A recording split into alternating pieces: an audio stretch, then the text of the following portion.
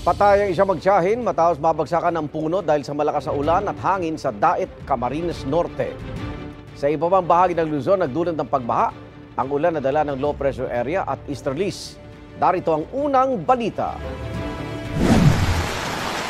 Kasunod ng malakas na pag-ulan, rumagasa ang baha sa pababang bahaging yan ng Barangay Pico sa La Trinidad, Benguet. Kaya ang mga residente hindi makadaan sa kalsada na tila naging waterfalls na. Kwento ni Hughes Cooper John Rich Eluas Gomez, bumabaha talaga sa kanilang lugar tuwing malakas ang ulan. Pahirapan naman ang pagbiyahe ng ilang motorista sa Laguna dahil din sa malakas na ulan. Sa National Highway sa bayan ng Pila, bumagal ang daloy ng trapiko. Halos wala na kasi makita mula sa loob ng sasakyan. May tubig pa sa kalsada. Halos ganyan din ang naranasan sa bayan naman ng Paete, pati sa Pagsanhan. Sa barangay Pinagsanhan, may gumuho pang lupa mula sa isang ginagawang bahay dahil sa walang tigil na pagbuhos ng ulan.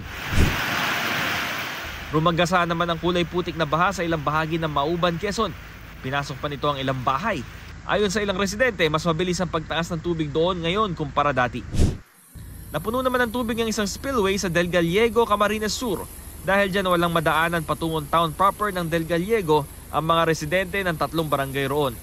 Bumagsak naman ang isang puno sa Daet, Camarines Norte dahil sa malakas na ulan at hangin. Patay ang isang babae at kanyang 13 anyos na pamangkin. Ayon sa investigasyon, magbubukas sana ng tindahan ng dalawa nang bumagsak doon ang puno. Tinamaan din ang ilang bahay at tricycle na malapit sa lugar. Ayon sa Pag-asa, low pressure area at easterlies ang nagpaulan sa iba't ibang bahagi ng Luzon itong weekend. Ito ang unang balita, Bam Alegre para sa GMA Integrated News. Igan, mauna ka sa mga balita, mag-subscribe na sa GMA Integrated News sa YouTube para sa iba't ibang ulat sa ating bansa.